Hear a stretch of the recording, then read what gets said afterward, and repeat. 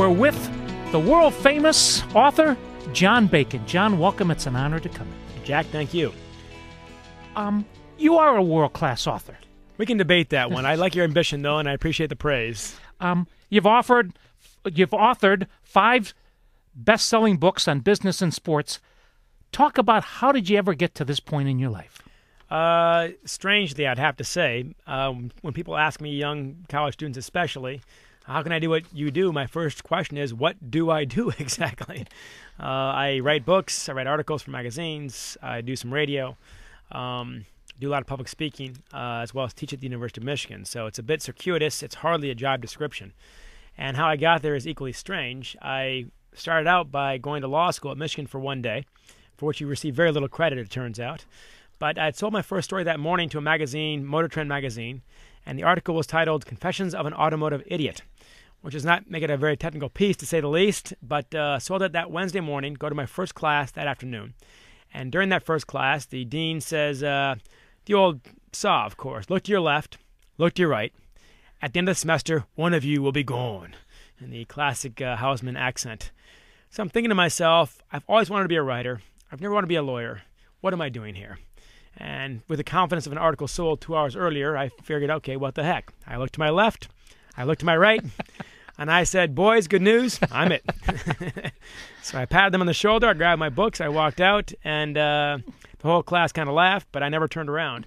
And 2 days later, I was covering a high school football game in Whitmore Lake for the Ann Arbor News for $50, getting rained on.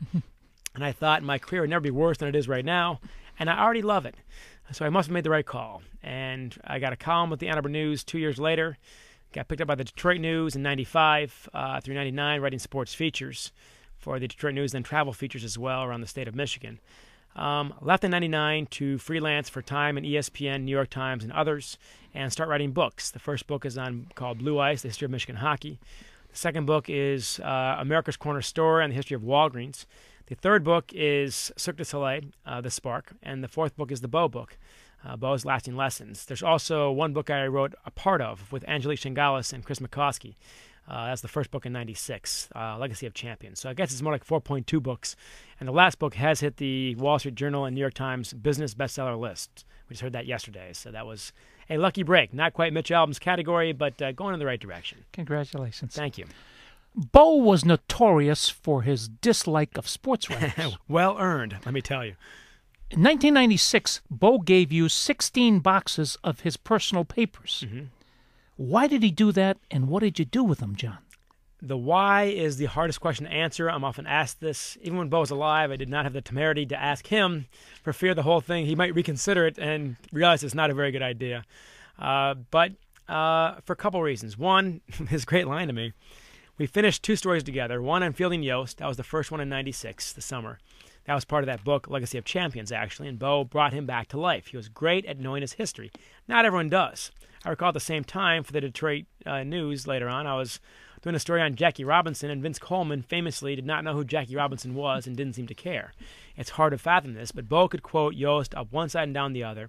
While doing that story, I realized he's not very retired for a retired guy.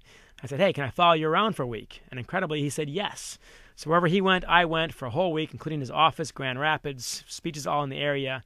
I had a blast with the guy. We did a two-page feature, which finished in the top 10 nationwide in the APSE contest, which is the main contest. And Bo called me into his office after the story came out, and he said, well, Bacon, you didn't screw it up. That from Bo was high praise. And at that point, he asked me, hey, do you want my papers? And I said, are you serious?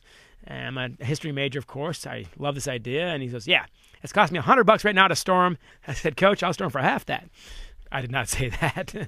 I got the U-Haul right away. We loaded them up, got them to my parents' basement, and started filing them into 4 4-drawer filing cabinets, a huge haul, to say the least. Every game he coached is in there, in a brown accordion folder. 74 Indiana will be 1 inch thick. Michigan State in 78 will be 2 inches thick. Ohio State any year is 3 inches thick. That's how organized that guy was. Of all the praise he gets for the motivational stuff, the yelling and the screaming, you don't get there by yelling and screaming. And as I was going through these papers, I realized it's a lot more complicated than I thought. And I went back to Bo and said, okay, you've clearly given me a biography here, and I'll write that one day. In the meantime, a book I want to write with you is on leadership, because this stuff is transferable. It's timeless. Anybody can learn from the papers I'm going through right now. Anybody can learn from what you've done here at U of M. And he said, of course, as usual, Bacon, you have no idea what you're talking about. So he was a hard sell. In the meantime, I talked to David Brandon. You know him well, the CEO of Domino's Pizza, a third stringer for Bo in the mid-'70s. Jimmy Hackett, great guy, CEO of Steelcase Furniture, another third stringer from the mid-'70s. And at the same time, I took over my old high school hockey team in Ann Arbor, which was not a financially smart move, but a labor of love. A team that had not won a game in a year and a half. And I took them over in 2000. And 3 years later, we're the best team in school history. And I was the worst player, by the way, in school history. 3 years in the varsity team. And I still hold the record for fewest goals and here in uniform, 0.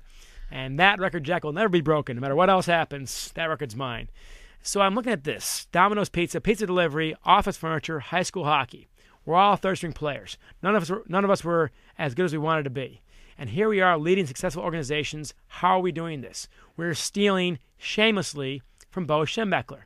All his principles, how to set goals, how to manage the doghouse, how to handle setbacks, how to handle success. Management stuff, not football stuff, management stuff.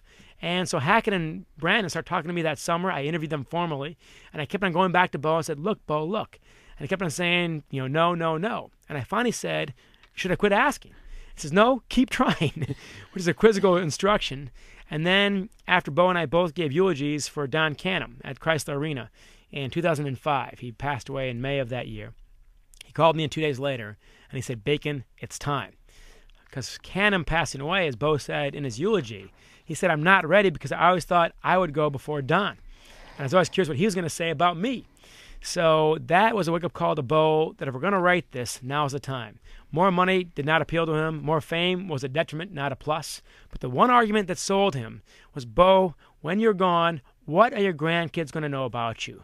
What are your players going to give to their kids to tell them who this coach was and what he stood for? And Mitch Albom Bo did a fantastic book, a huge bestseller, 100,000 copies plus, critically acclaimed. But it was a memoir. It was a beautiful memoir, but it's a memoir. It's not a leadership book as such.